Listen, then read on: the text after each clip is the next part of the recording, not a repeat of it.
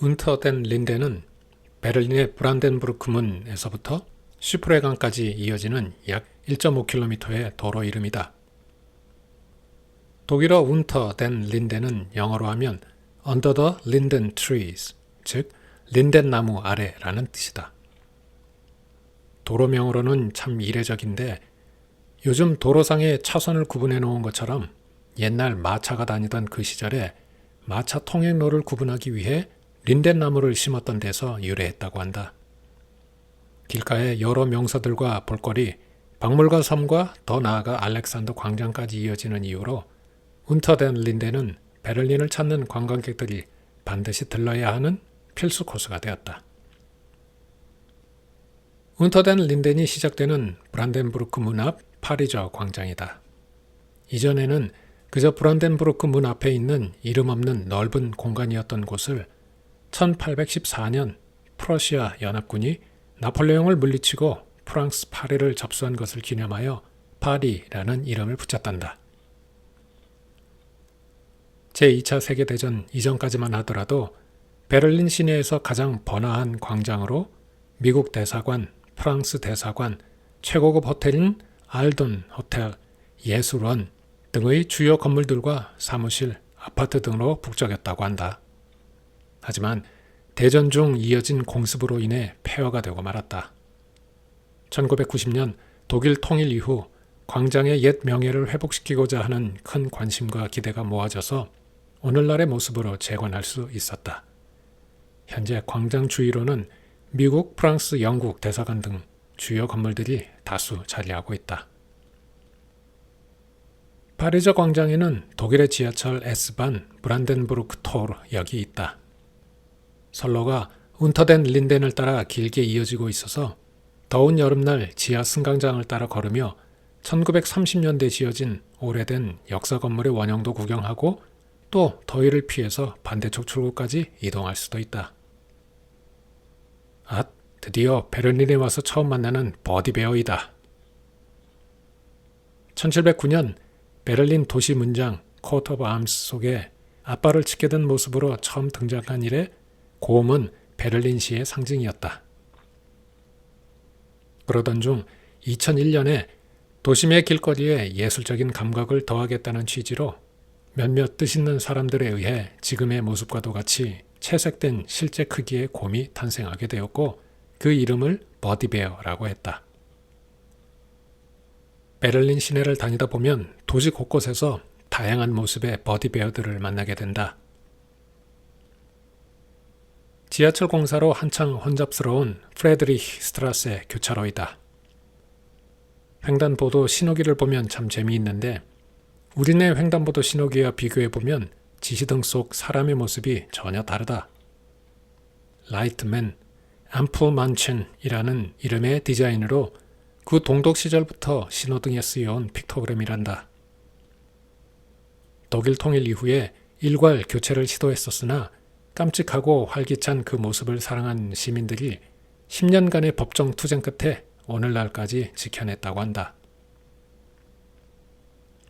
베를린을 당시 세계적인 도시로 키운 1700년대 중반의 위대한 통치자 프레드리히 대제의 기마상을 지나면 바로 체계광장 메벨플라츠이다.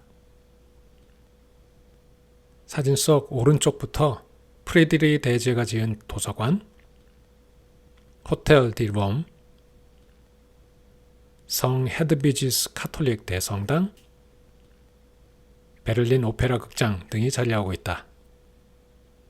이곳 광장 한가운데 보면 바닥을 유리로 하여 지하를 내려다볼 수 있도록 한 곳이 있는데 들여다보면 빈 방에 텅 빈 책장들이 벽면을 둘러 놓여져 있다. 바로 또 한 번 나치의 만행을 떠올리게 하는 독일판 분서갱유의 현장이다. 1933년 나치의 그 유명한 선동가였던 요세프 괴벨스는 대학생 조직을 동원하여 나치가 금서로 지정한 칼 막스나 알버트 아인슈타인 등의 서적 2만 권을 불태워버린 나치 북버닝의 현장이다. 광장에서 길 건너편으로는 공산주의 운동을 시작하기 전 청년 마르크스와 엥겔스가 공부했던 유서 깊은 베를린 홈볼트 대학교가 있다. 1810년에 개교한 유럽에서도 손에 꼽힐 만큼 역사와 전통을 자랑하는 명문대학교로 현재 9개 학부에 총 3만 2천여 명의 학생들이 재학 중이라고 한다. 뉴 가드하우스라 불리는 1816년에 지어진 황태자 근위병 군용 건물이다. 현재는 무명의 전몰 장병들을 기리는 국립추모시설로 쓰여지고 있는데 건물 내부에는 죽은 아들을 감싸는 여인의 상이 홀 한가운데에 자리하고 있어서 무명용사의 묘를 의미한다고 한다. 어떤 이들은 이 모자상을 보고 오늘날의 피에타라고 부르기도 한단다. 천정은 외부로 뚫려 있어서 계절이 바뀜에 따라 눈, 비, 바람, 햇빛의 자연이 고스란히 실내에서도 느껴질 수 있도록 하고 있다. 운터덴 린덴에서 가장 오래되고 또 가장 아름다운 건물 초이그 하우스이다.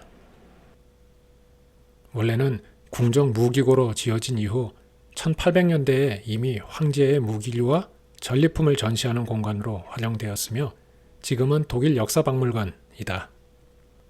입장료는 8유로, 18세까지 청소년은 무료 입장이 가능하다.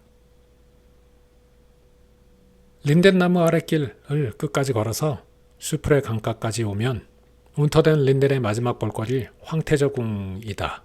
황태자가 사는 곳이라면 당연히 황태자궁일 것이고 여기에서 황태자가 기거했다는 건데 특별히 알려진 명소는 아닌가 보다. 여기서 잠깐 그러나 저러나 도대체 저 파이프들은 뭐야? 라는 생각을 베를린에 머물렀던 여행 기간 내내 했었더랬다. 어디 가나 사진 좀 찍으려고 하면 꼭 화면에 걸려서 내심 짜증도 많이 났었는데 무슨 가스관인가? 하수관? 아님 우리네 신도시들에서처럼 열병합발전소에서 각 가정으로 보내는 난방용 온수관인가?